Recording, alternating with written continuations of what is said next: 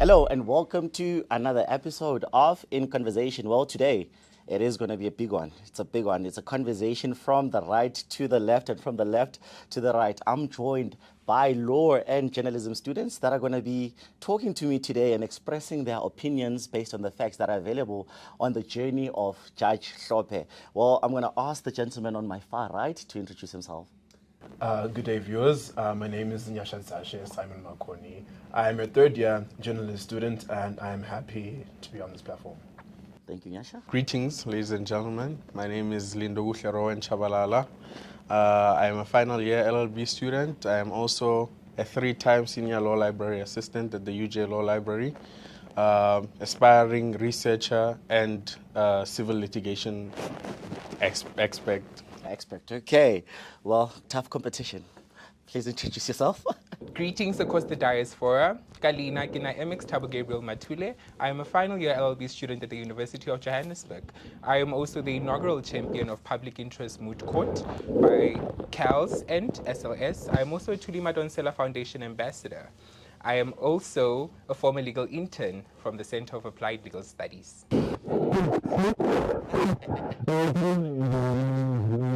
I'm a final year student with a major of politics, international relations, and journalism. I am currently also a researcher and a blogger. Thank you. There you have it. My panel is well decorated and I'm here to learn a lot, as you are. So stick around and make sure that you hit that subscribe button and the like. This is UJTV. My name is Bongani. And guys, now let's take some stances. Of course, we're going to be looking into Judge Hlophe's journey from the media coverage aspect and also the legalities that are surrounding his come up. And even now, he's still a person of note. He's still a big topic in our society. So the stance. Luyolo, which stance are you guys taking in terms of his journey? In the stance, we feel is a bit biased. It's a fairly tried and we stand with the and yeah. Okay. Tabo, you want to add on that?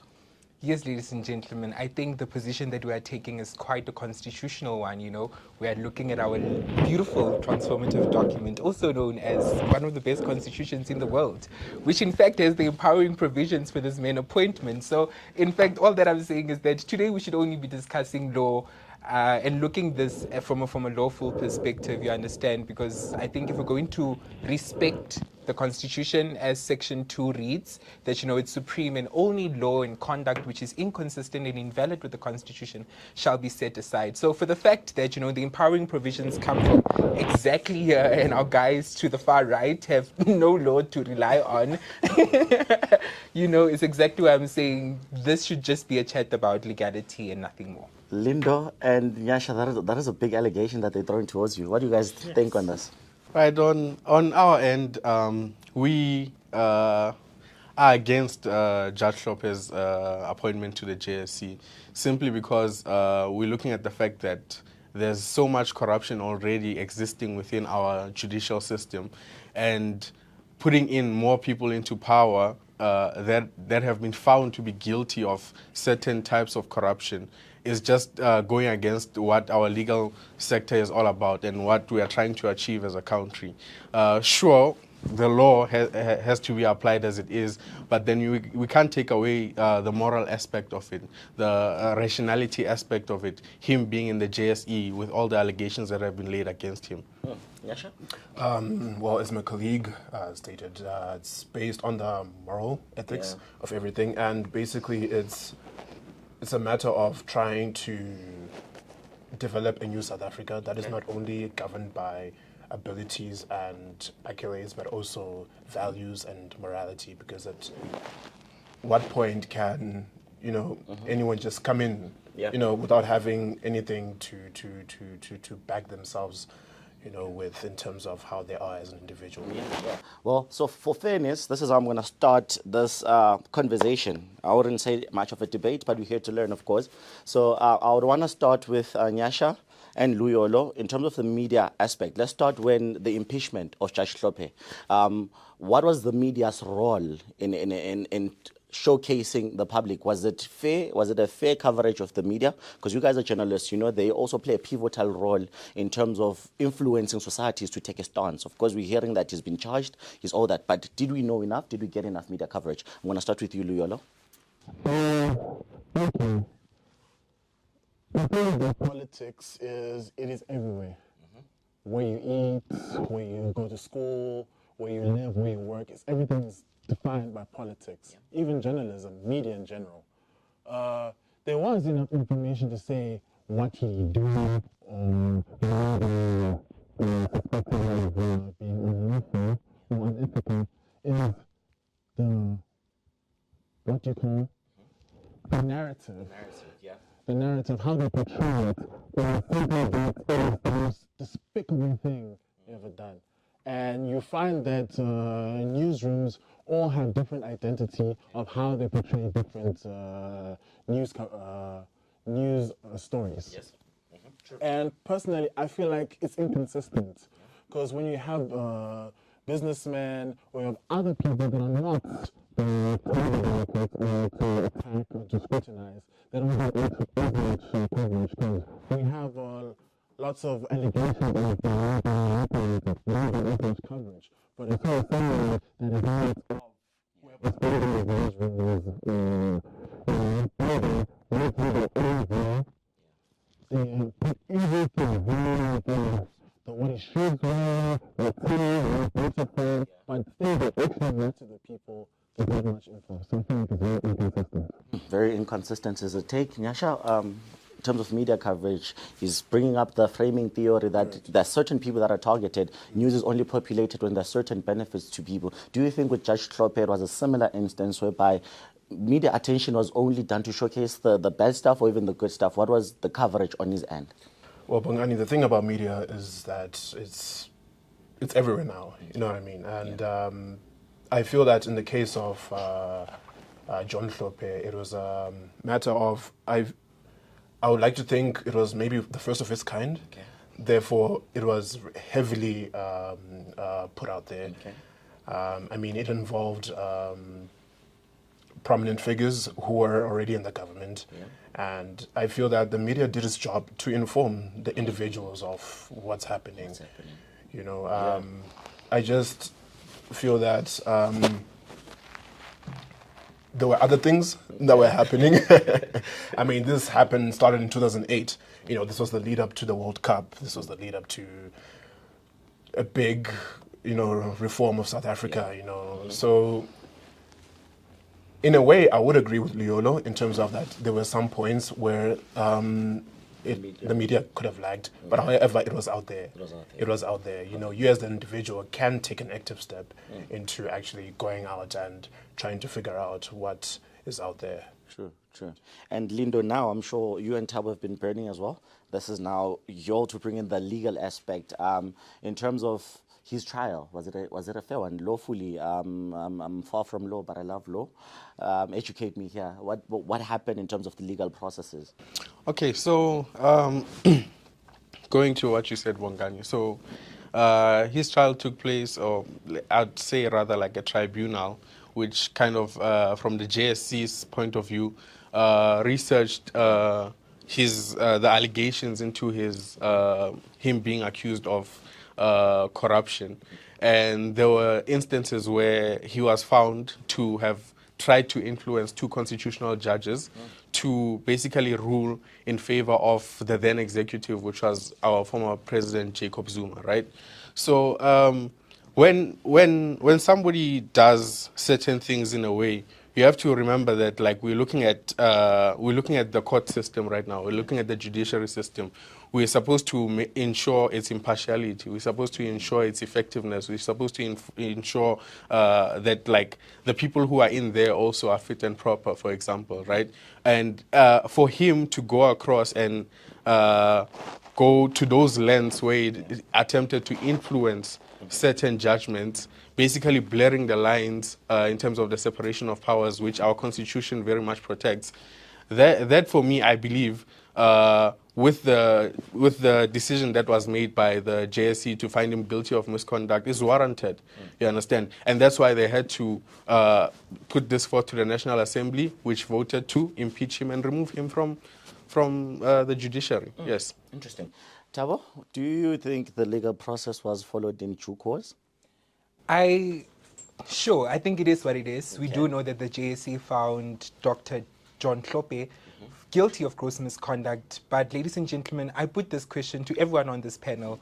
When I say to you, Sitembele Kuwe, does that make you guilty of gross misconduct? So the man is taking the matter also on review. He has also taken it to the Constitutional Court and still pursuing the matter. So I think it would be very interesting to hear what the highest court in the land is going to say about this finding that has been made by the JSC on former Judge Dr. Hlophe. What I also think is that the JSC missed an opportunity to make a very powerful statement, because when they found this man guilty of gross misconduct, they didn't make any other recommendation that he is not fit to no longer serve as a judge. And that is perhaps why we are sitting with this gap in law that we are sitting with now, because of all they did is find him guilty of gross misconduct, but none of their recommendations point us to the fact that this man cannot take up any other position, you understand. Same thing goes for Advocate Busisiwe Mqwebane, you understand, also being impeached by Parliament. However, no recommendation made in law that she cannot take up any other position, also taking up now a position in Parliament. So ladies and gentlemen, like I'm saying, I think the JSC missed an opportunity to make a very powerful statement, so as to say, once we find you guilty for so-and-so, you cannot take up any other position, because if it's clear that our Constitution does not provide for any such law, you understand. In fact, I think what we can agree on is that the Constitution was drafted with a veil of ignorance. Because even in 1996, 1997, had the Constitution said that people who have judgments against them cannot be in Parliament, I don't even think that former President Nelson Mandela would have made it to Parliament. I don't think that most of the apartheid leaders would have made it to Parliament. So I think that's a bone to chew on. Nyasha, that was a lot to take in and very informative. Nyasha, we have some comments there. Oh, yes. On your last point, Tabo, I just want to mention, don't you think then it's a matter of the Constitution having to be revised in a way that can hold people accountable for such actions? Because I feel that, you know, especially with the government of national unity, it's a new plane to start on. I feel that this is now an opportunity for South Africans, for people in power to, you know, start on a new, start on a new platform, you know, to become individuals who are not only eligible to govern us as the people, but people who also have values to themselves that they can hold themselves accountable to. I think I will agree with my panelists to an extent that perhaps the Constitution does need a little bit of reform. And we can also look at it from a political perspective. You know, the DA is suggesting that, you know, the Constitution now needs reform because of, you know, they want answers to this matter. But we can also call that political bullying. You understand? I also think that, you know, the DA is perhaps also agreeing with the Mkonto Wesizwe party, which is also calling for the reform of the Constitution. So I think these two big and also parties going up against one another saying that the Constitution needs reform, I think is perhaps a reflection of, not even is perhaps, is a reflection of what South Africans want, you understand. So perhaps we do need to reform the Constitution in order to reflect those views that, you know, we do share. But unfortunately, for such reform to come, you know, we would even need like a 2/3 majority in order to see that being done, you understand. So it's more than just what the DA wants. You know, it's more than just what the MKP wants, you understand. It needs to go far beyond that. Okay. Lindo, what's your take on this? I know you and politics. Yeah. I like this. Okay, you can say that. But so basically, like what I'm taking from this situation, and I think Nyasha would agree with me on this, as a country, we have seen the ugly face of corruption basically be to the detriment of our governmental system, right? Okay. And that same corruption is flowing throughout, not just in the government, but also in the judiciary system, right? Yeah. And now we can look at a couple of examples. We can look at Zuma and the state capture, right? We can look at President Ramaphosa and Palafala, right? Those are two big things that we can speak about where corruption has basically shown itself and nothing has been done about it. You understand? Now we take it back to Judge Hlophe.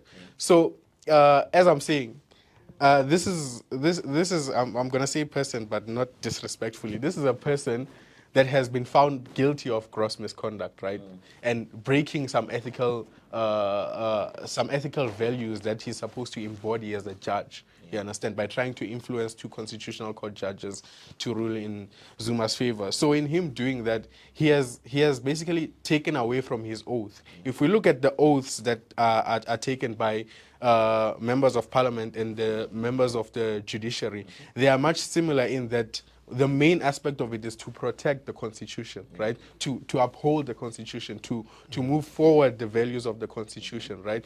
And one of those values is the separation of powers, which he has tempered with, you understand?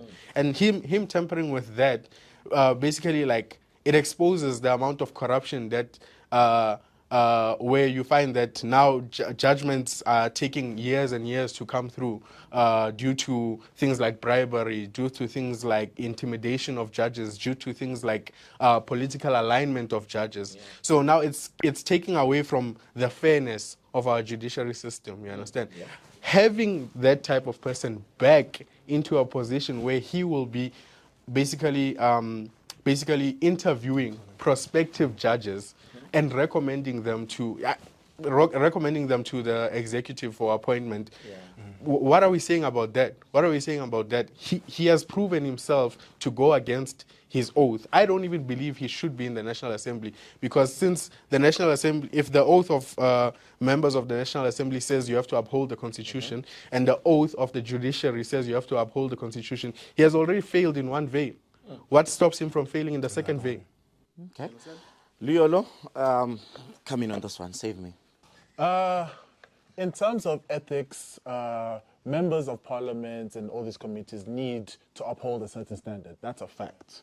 However, I feel like this is a matter where, why is it only him that has to be addressed about upholding a certain standard? Because recently the former Minister of Sports, Arts and Culture has charges or been charged with fraud or laundering money over millions that we heard of. And then he still got to swear in as an MP.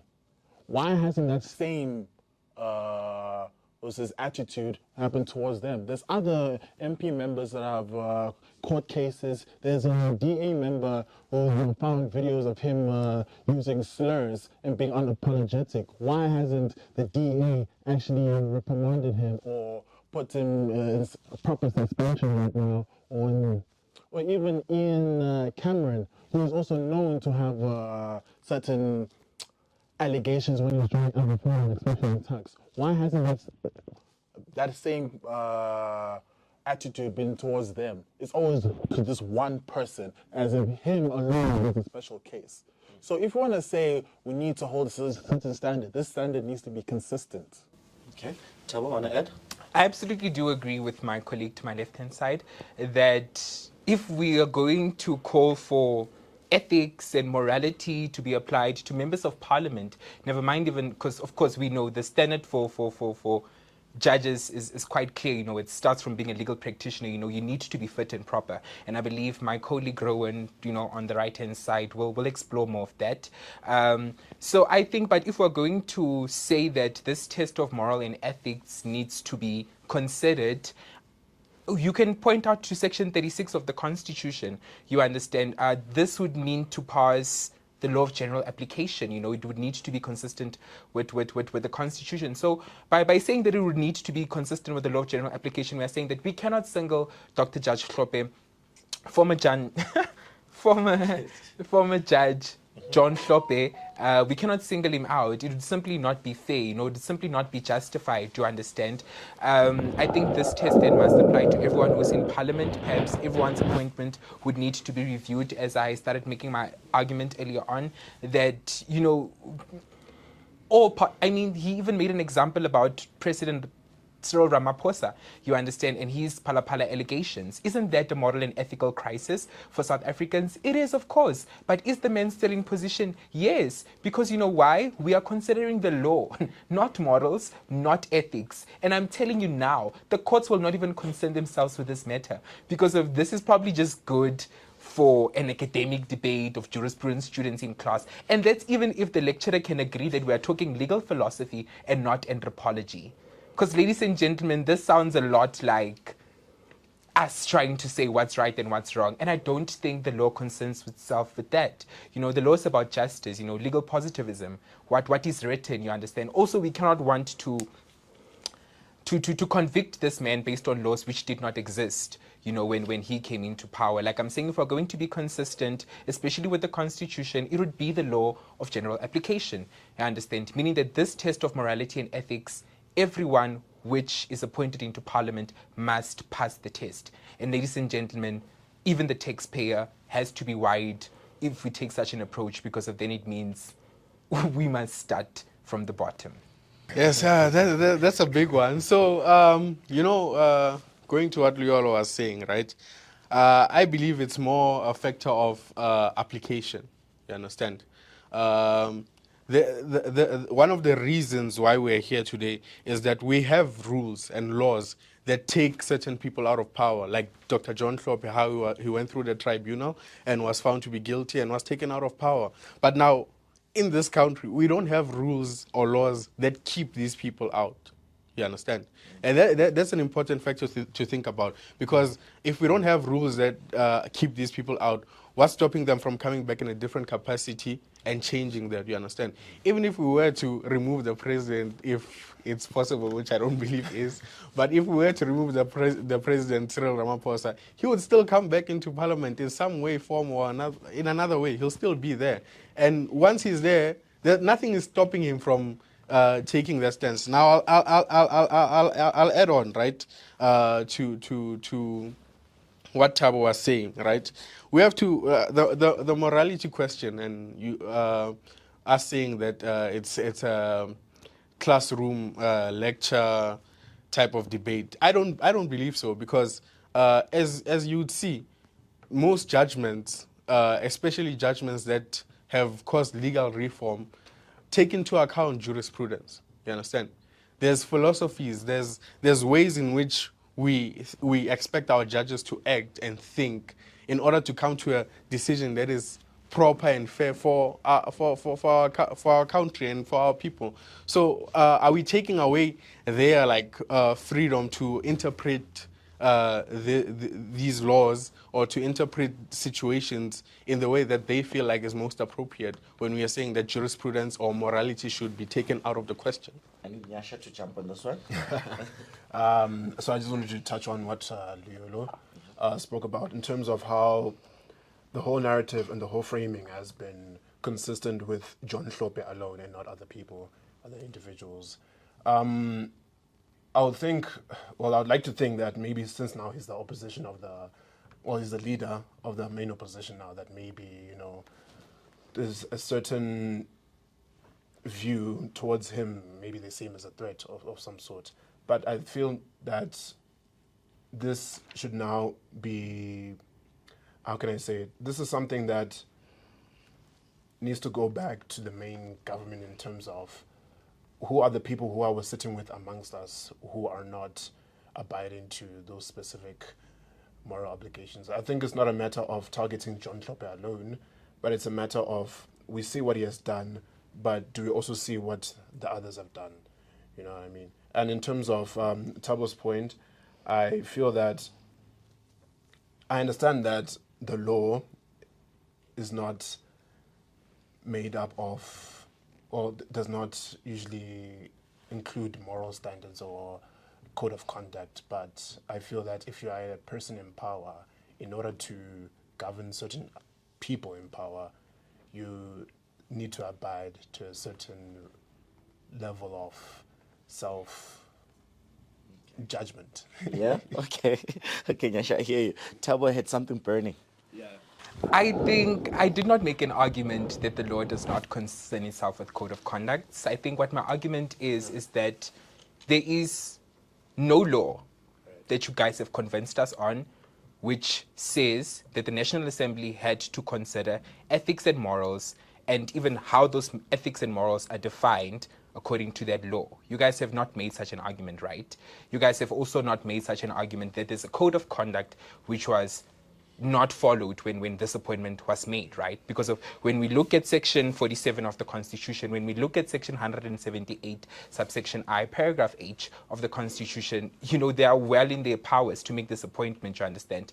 They missed nothing in that sense. So I all that I am saying is that ethics, no, and I quite frankly disagree with my colleague, which is saying that the courts are going to concern themselves with this question of ethics and morality.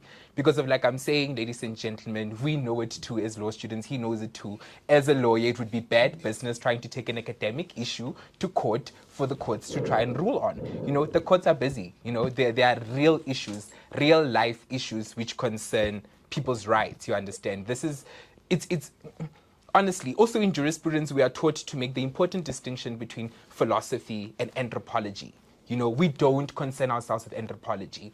You know, we concern ourselves with philosophy. Also, I can point you guys to the SO judgment versus the Minister of Kokta of 2021, where the Supreme Court of Appeal said that the wisdom of the executive's decisions are not justiciable, you know, only the legality thereof. So again, ladies and gentlemen, we need not consider whether the executive's decision to appoint former Judge Hlophe into the JSC is wise. What we need to consider is whether it was legal. And the answer is simple. Yes, it is legal to appoint former Judge Hlophe onto the JSC. What we need not consider is the wisdom of this matter. The courts do not have time for that. And I think for the purposes of legal certainty, it's very important that we read what the law provides, you understand. So I understand that Rowan is trying to be creative, but for purposes of legal certainty, which I think it's much more important than trying to be creative about how the law, how the judges decide to create the law, I think legal certainty is very important for every South African. Luyolo, before I come to you in terms of still focusing on the media coverage, the morality of the media, because legally it's like morality is not a point. Rowan, rebuttal? Yes, I would say to some extent, right, Taba's argument can be put forth in the way that he puts it forward, right? But I remember he mentioned that there are no laws prohibiting him from former Judge Dr. Hlophe from being in the National Assembly or JSE. But I have specifically stated laws in Schedule 2, right? I stated Section 4, subsection 1, and Section 6, subsection 1, which were the oaths that were taken, right? Between National Assembly and judicial officers, right? And I said that the common thing there is to uphold the Constitution. You understand? To uphold the Constitution. So these people, when they come in, they're supposed to come in with the mentality of that I'm going to uphold the constitutional values no matter what. You understand? And him going against that to go and influence a judgment is now contra what he oathed to, you understand? And I'll go further. If we look at, like, for example, Section 165, subsection 4, right? It basically puts a duty on Parliament that they are to protect the courts, you understand, to ensure what? Their effectiveness, their impartiality, their independence, you understand? Now, if you are bringing in somebody who has already shown that, like, he cannot be impartial, you understand? He can maneuver his way into those situations and try and change them or try and impact on certain rules, right? Now we're supposed to consider, I feel like we're supposed to consider the fit and properness of that person being in the National Assembly and the JSC, you understand? Because I'm gonna speak more on fit and proper. So the fit and proper argument is, as Thabo has said, that as legal practitioners, we are required to uphold a certain standard, right? A certain standard of being fit and proper in that we're supposed to have integrity and we're supposed to be reliable, you understand? There's other things that are included. We can include objectivity, which he has not shown, you understand? We can include the dignity of that position, which he has not shown either. by going against this. We can include upholding the law, you understand, upholding the rule of law, which he has gone against, you understand. And he's not a layman. He's not just a simple person, you understand. He's a former judge, you understand. That's why I believe we have to look at him in this fit and proper state to be in the JSC. Call me biased for saying that he's the only one that we'll be looking at. But at the end of the day, like, we can't take away the fact of that he is a former judge, you understand? We can't take away that fact. And looking at the fit and properness of him is justifiable. Because, as I said, if the JSC are going to be judging other people or in terms of their fit and properness, shouldn't they too be fit and proper to sit in that chair and judge you and say, okay, you are not fit and proper to be this, and call for your removal, or you are not fit and proper to be appointed as a judge? I want to bring in fellow colleagues just to understand now. All this is happening in the public eye, right? Our colleagues here from law have kind of explained the legalities. But I want to understand from your guys' perspective, this is happening in the public eye, and journalists are sort of somehow not a voice, but they're also public eye. They are watching on behalf of the people, you know. So I just want to understand, how can they hold accountability? Are we having journalists holding people accountable based on the laws and the judgments that have been taken? I would like to start with you, Nyasha. So my question is simple. Are we really holding people accountable? Are journalists doing, executing accountability? Questioning these people that are in question to be like, you've done this and this, as legalities have portrayed. How are they being held accountable? I feel that we as journalists are holding people accountable. I think we are asking the relevant questions that need to be asked. I mean, that's why it's a topic, that's why it's a debate. I feel that we need more people to ask those burning questions that people are afraid to ask. I mean, if we have more people asking the questions, then we create a bigger argument, we create a conversation. And with this conversation, that's how we can stop from similar cases from happening. The media is an important thing, as it's, well, sometimes it can be biased. I won't lie. It can be biased. However, it can be informative in a way that, when it's not biased, it takes an objective truth. The truth is, there was a misconduct, and he was put in a higher position after committing that misconduct, which is not fair. You understand? Yeah. Luyolo, what's your take? Very good, simplistic world. I say journalists are holding people accountable. No. Because if we're being honest, yes, journalists are supposed to ask the questions, but they don't determine the questions. The newsroom does. Those people don't ask the questions because they're curious. They ask the questions that SABC wants you to ask, ENC will ask. And they confirm what you're saying. But they can really tell about whether the elections were free or not. So when the MK had to give their opinion about whether the elections was free and fair, ANCA did not cover them. It's not because whether the people didn't want to see. Everyone wanted to see what the former President Jacobson wanted to say about the elections. Is that the newsroom decided, no, we're not covering this. They didn't give them a slot, but they gave someone else a slot. You see, there's always some bias. In terms of reporting on this case, there's some things that, as there's legal aspects and some ethics, some things are very inconsistent. Because when you talk about a case, you have to talk about it like fairly accurately. Sometimes what journalists do, depending on the newsroom, they tend to exaggerate certain situations. I'll take, for example, the BBS saga, one of the biggest sagas that we have. They exaggerated to the point that it was EFF's doing. It was EFF's creative minds that promoted the scandal. But then it omits the fact that it was under an ANC government. It was under ANC, and it fails to emphasize that it was not just those people, the EFF. It was also ANC there. There was also some, which other parties, but that's not the point. So, in terms of accountability, no, we do not hold people accountable. because the people that we want to hold accountable have this thing called money. They can influence the decisions or influence what goes out. So, no. Okay, that is really a big one.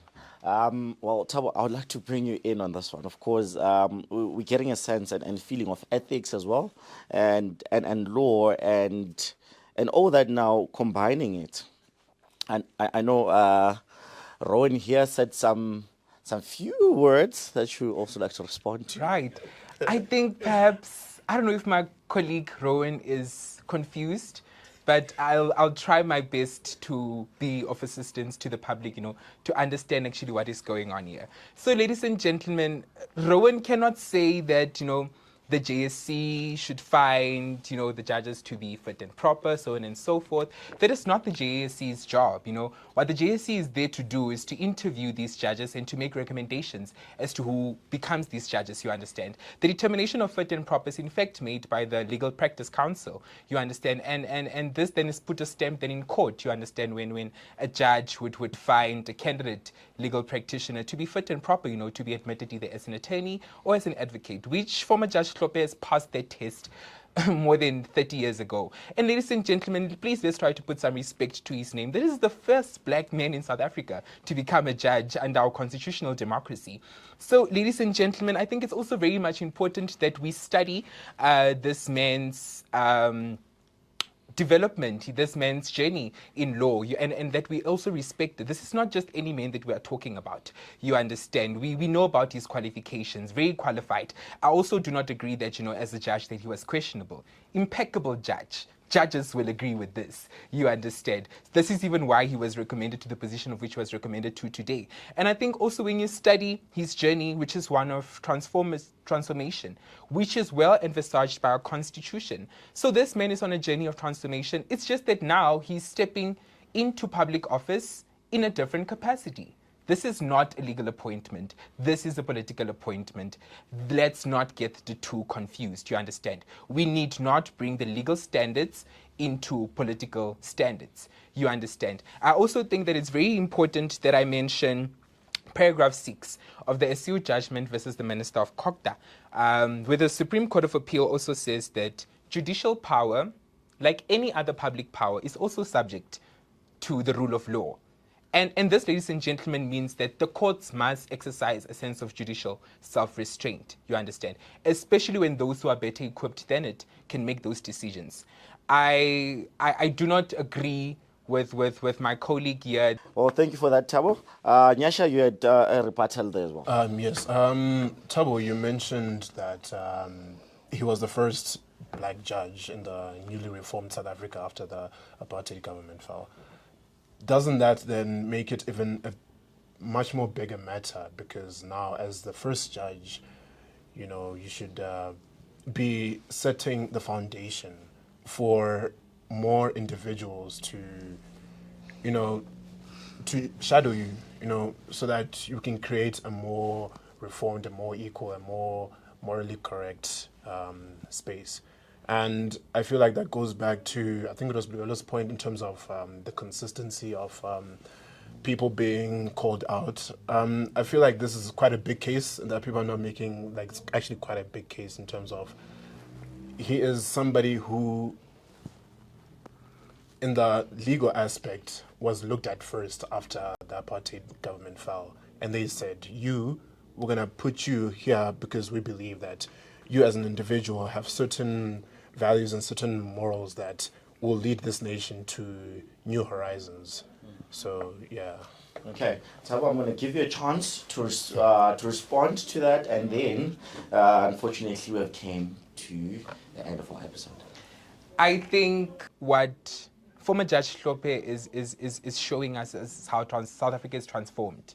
We've seen a lot this year. In fact, I like to see this year we got to see how democracy works, because we get to be led by so much diverse leaders. Because also, as Nyasha points out, we also find that the very same people who could have recommended that he get into, the position of him being judge, during those years were people who came from the apartheid government, were people who came from the liberation movements, you understand. So, and I still today, you know, take my argument of transformation. This man is passionate about transforming South Africa's constitutionalism. So I think even such a person who has such experience, who has been through decades and decades and decades and seen what South Africans perhaps wanted in 1996, knows what South Africans wanted in 2006, knows what South Africans wanted in 2016, I think should be given a chance to sort of realize that today, you understand, because like you were saying, we cannot disqualify him from the experience that he has sitting on the bench. And I think it's in fact going to be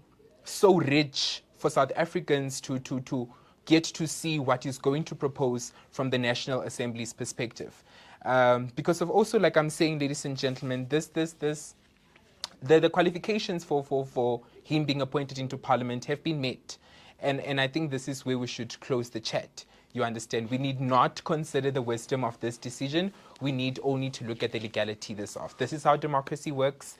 And this is definitely a reflection of what the people want. All right, Rowan? Yes. Okay. I hear what Thabo says, right? But I'm going to go back to Nyasha's point in terms of looking at what are we looking at here? Are we looking at Judge Hlophe's accolades and experiences, that he has traveled the world, he has written papers, he has done this, he has done that? Are we looking at that and removing ethics from the people who are supposed to be in Parliament? Are we looking at specifically at the fact that are we overlooking that, like, he's been found to be unethical solely because of what he's experienced and what he can bring to the country? You understand?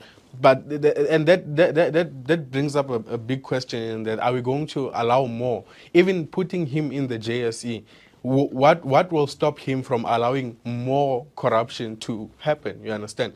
In the sense of that, look at the responsibilities that he's about to have. One of the responsibilities that he's about to have is to interview and recommend his replacement for Judge President in the Western Cape High Court, right? Another one would be to recommend, since now we have Justice Meyer, who has Chief Justice Meyer, who has risen up in rank. That means we have a vacancy on the Constitutional Court, the same court where he is challenging his impeachment right now. One of his duties is going to be putting a judge in there. You understand? I understand he's not going to be doing it alone, but he has proven to be influential. You understand? He can influence the panel. It's possible for him to influence the panel. And now, if you have your replacement as the JP of the Western Cape, if you have a Constitutional Court judge who's in there where you are challenging your impeachment, that smells like strategy to me. That literally smells like strategy to me. And I also look at the rationality behind it, right? I mentioned Simelane earlier on, where Mr. Simelane was, basically the court ruled that it was irrational for the president to appoint Mr. Simelane as the National Director of Public Prosecution. This being to the effect of the Ginwala Commission, which has looked and investigated him and found him guilty of certain things. You understand? And those were relevant factors that they failed to take into consideration. And I'll go back to Section 165 that I stated, that the Parliament has a duty to make sure that the courts are protected. You understand? So them not considering the fact that Dr. Hlophe has been impeached for gross misconduct is going against what that says, which is the duty that is imposed on them to make sure that Parliament, the judiciary is protected. So I think him being there is irrational. Just last 2 points that I'd like to touch on. Okay. We have to also consider, as Thabo has mentioned, the taxpayer. Right? All this litigation could have been avoided if there were rules put in place. You understand? If there were rules that were put in place to stop corrupt people from coming in, it could have been avoided. Now there's going to be multiple litigation processes that are all going to be funded from the taxpayers' money that should be used in effect to boost our economy that is already weakened. You understand? And who's suffering the most from that? Us here on this panel, the people out there, you understand, they're suffering the most. And lastly, also, just to close my argument, I'm suggesting reform, you understand? Because there's been an organization called Judges Matters Organization, and they have also suggested that there should be a code of conduct that is put in place for people who are coming into the JSC or people who are coming into the Magistrates Commission, where they are held at a higher standard. And this process has been there, you understand? They have suggested it. It's up to Parliament now to adopt that, you understand? It's up to Parliament to adopt it to stop this from further happening. And also, we have to look at the fact that this code of conduct, what is it going to do? It's going to stop people who have been found guilty of breaking ethics, who have been found guilty of misconduct, who are implicated in serious state capture situations. And also parliamentarians, like, we have to understand that parliamentarians represent the country, right? This is where they have to also come in place, that while this process is underway of adopting a code of conduct, they should be putting people in those places who would meet that standard that is in process, that we are trying to meet right now, that is in process, to make sure that once that standard comes in, once the code of conduct comes in, everybody is on that level, you understand, and takes their job seriously in a way. Yes. And now, guys, in closing, of course, as Rowan has just stated, there's a thought of the taxpayer, but we also consider it of the viewer. So it would be unfair for me to not give each and one of you guys an opportunity, what you took from today's conversation, and probably throw a little bit of a suggestion going forward. I'll start with you, Luyolo. There's a thin line between what's legal and what's ethical. Not everything that's legal is ethical. Not everything that's ethical is legal. So depending on the position, you might be between a rock and a hard place. What I do suggest is that as the people, as the taxpayers, you say, yes, we have to keep in mind, but keep in mind that they voted. 45% of KZN voted for MK. So whether we feel it's ethical or unethical, the people want them. It's the legal procedure. They want them. Okay. So I suggest that as people, we need to understand the complexities of situations and say, okay, this has happened. How could this affect us? Where do we go from here? How do you make sure this never happens again? And how do you become consistent with it? Because there's many parliamentarians that are unfit, do not have certain qualifications to even represent the country, but they're still there. As you mentioned, it is a political matter. So we need to be able to differentiate what's legal, what's political, and take it from there. Thank you so much, Luyolo. Thabo?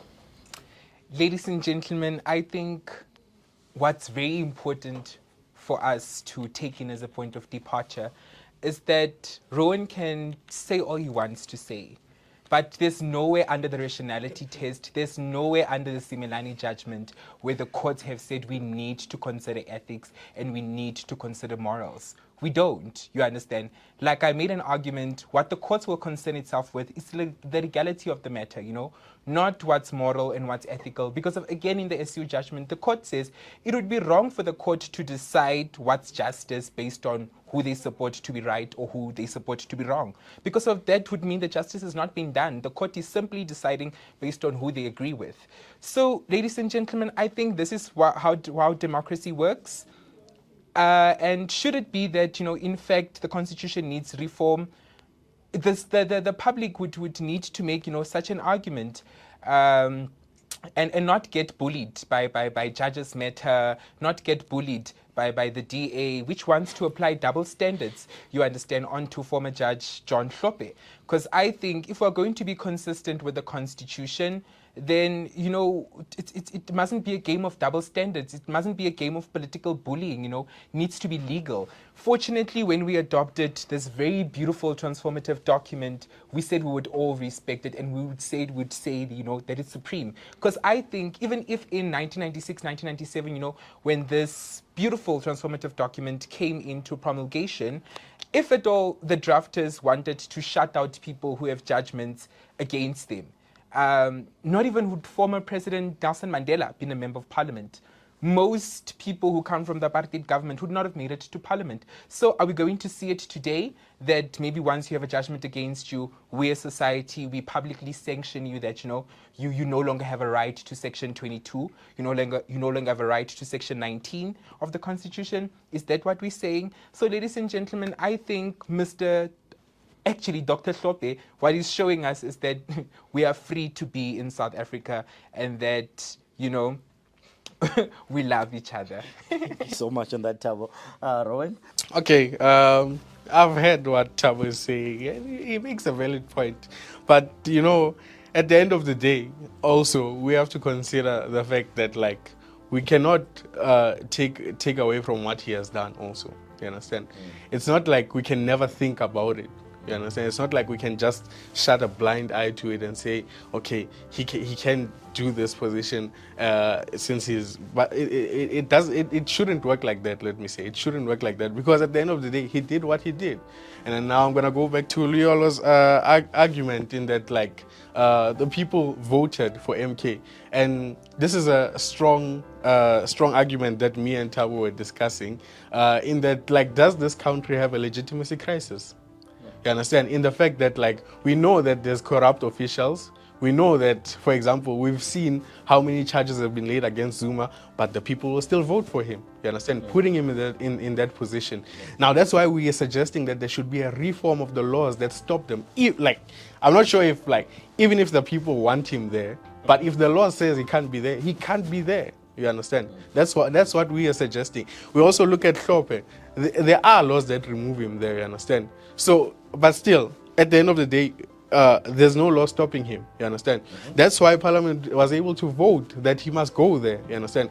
And I feel like if it was done by secret ballot, he would have won by even more votes, you understand? If it was done by secret ballot, because there's a lot of people who have aspirations or things that they are looking for, and they know that to achieve those things, they need him in that seat, you understand?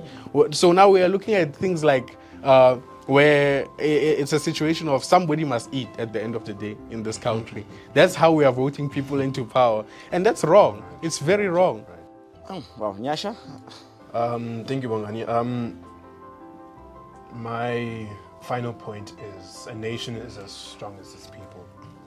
And I feel that we as the people need to really do some self-introspection, self-evaluation to see that what do we stand for, who do we stand for, in order to let the people that are in line with what we stand for lead us. Yep. I feel that's the simplest way to put it. I understand the legal perspective, I understand the journalist perspective, the media and the framing, but eventually it all drops down to who are we and what should we do to ensure that the people who govern us take our interests at heart. Well, powerful views from the panel here with me. I got to learn a lot, as always. We tackled from the ethics, from the legalities, and the calls for reforms. For me, this calls for another episode. It, of course, has been an insightful one. My name is Bongani Mncube. We'll see you on the next episode.